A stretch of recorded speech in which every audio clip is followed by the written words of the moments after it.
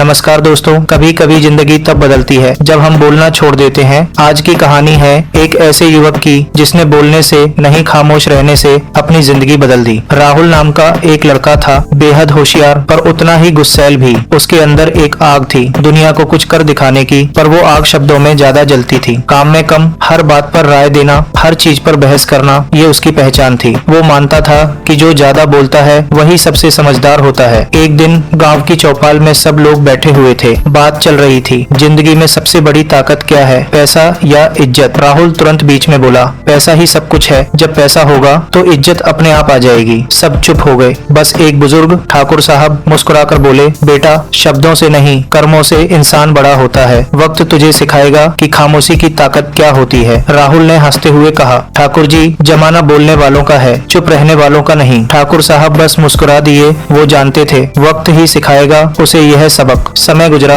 और कुछ महीनों बाद राहुल का बिजनेस बुरी तरह डूब गया। जिसे वो अपना दोस्त समझता था वही लोग मुंह मोड़ गए। हर तरफ से हार, अपमान और अकेलापन। गुस्से में वो सबको गलत ठहराने लगा। उसने कभी खुद से सवाल नहीं किया, बस दूसरों को दोष देता रहा। एक दिन उसका करीबी दोस्त मयंक बोला, राहुल, तू हर वक्त बोलता रहता है लेकिन कभी खुद को सुनने की कोशिश की है? राहुल गुस्से में चिल्लाया, मुझे किसी की सलाह की जरूरत नहीं। और यही वो रात थी जब उसने सब कुछ खो दिया, दोस्ती, भरोसा और अपनी शांति। कई दिन बीते। एक शाम वो थका हारा गांव के बाहर एक पुराने बरगद के पेड़ के नीचे जा बैठा। सूरज ढल रहा था, हवा में ठंडक थी और चारों ओर सन्नाटा फैला हुआ था। वो बिना बोले बस आसमान को देखता रहा। उस वक्त पहली बार उसने महसूस किया कि जब इंसान चुप होता है तभी वो खुद को सुन पाता है।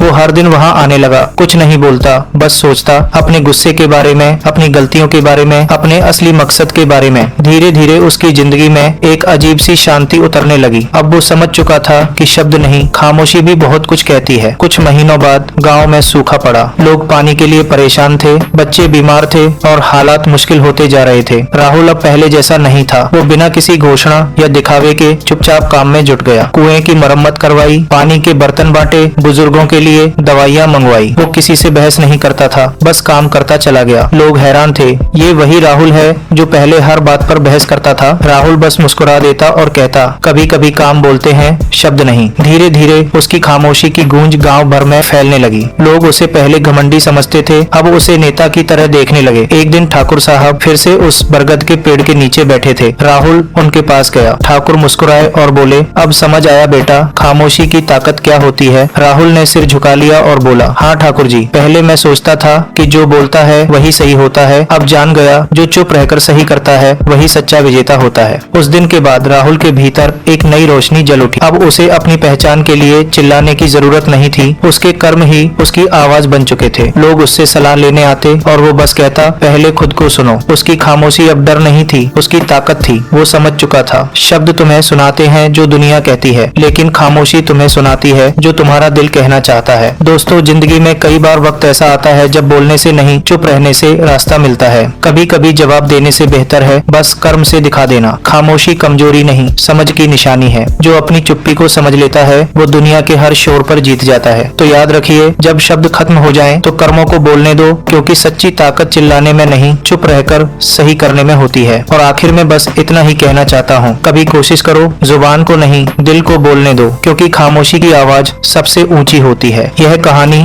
आपको कैसी लगी कमेंट में जरूर बताएं। और ऐसे ही हौसला बढ़ाने वाली मोटिवेशनल कहानियां सुनने के लिए हमारा channel motivational story by SK अभी सब्सक्राइब करें और अपने दोस्तों के साथ शेयर करें।